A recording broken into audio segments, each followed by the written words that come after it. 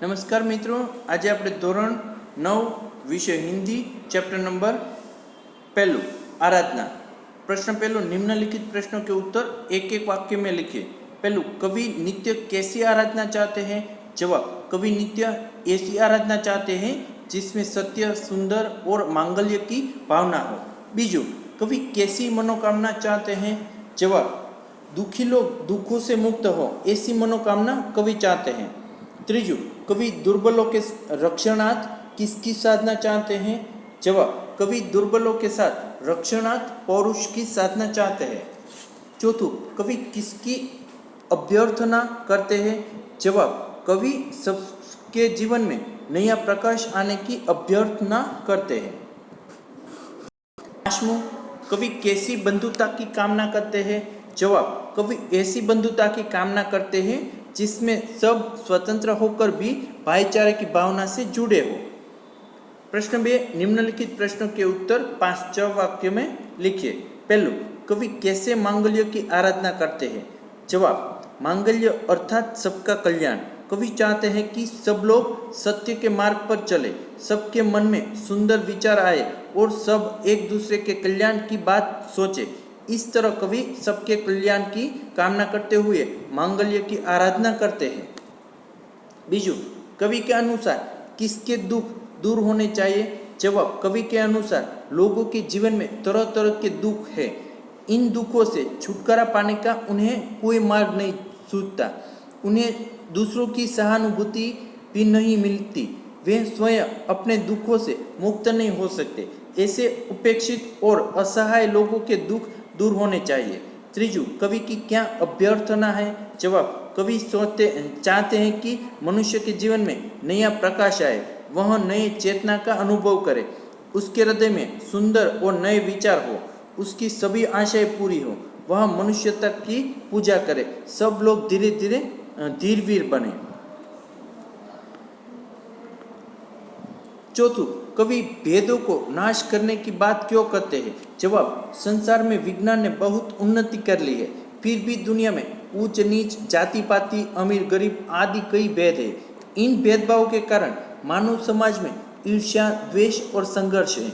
इनके कारण मानव एकता में बाधाएं आती है और हमारा विश्व बंधुत्व का सपना पूरा नहीं होता। इसलिए कवि इन भेदों को नाश करने की बात करते हैं। प्रश्न 4, निम्नलिखित काव्य पंक्तियों का आशय स्पष्ट कीजिए। पहलू, देह मंदिर चित्त मंदिर एक ही है प्रार्थना, सत्य सुंदर मांगल्य की नित्य हो आराधना। जवाब, कवि वसंत बापट बहुत ही उदार हृदय और ऊंची दृष्टि के कवि है।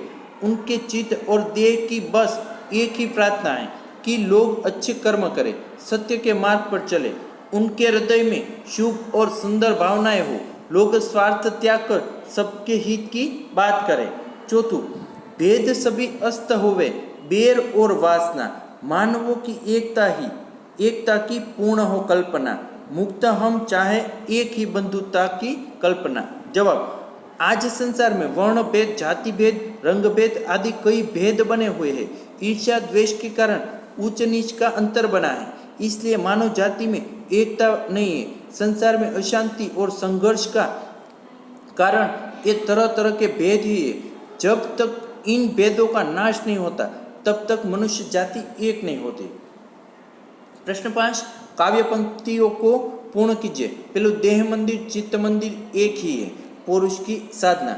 जवाब, देह मंदिर चित्त मंदिर एक ही है प्रार्थना, सत्य सुंदर मांगल्य की नित्य हो आराधना, दुखियारों का दुख जाए हे यही मनोकामना, वेदना को परख पानी जगाए संवेदना, दुर्बलों के रक्षणार्थ पौरुष की साधना।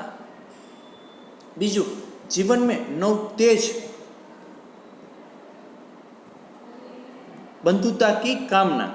जवाब, जीवन में नव तेज हो अंतरंग में भावना, सुंदरता की आस हो मानवता की हो उपासना, शौर्य पावे धैर्य पावे यही है अभ्यर्थना, भेद सभी अस्त होवे बेर और वासना, मानवों की एकता की पूर्ण हो कल्पना, मुक्त हम चाहे एक ही बंधुता की कामना के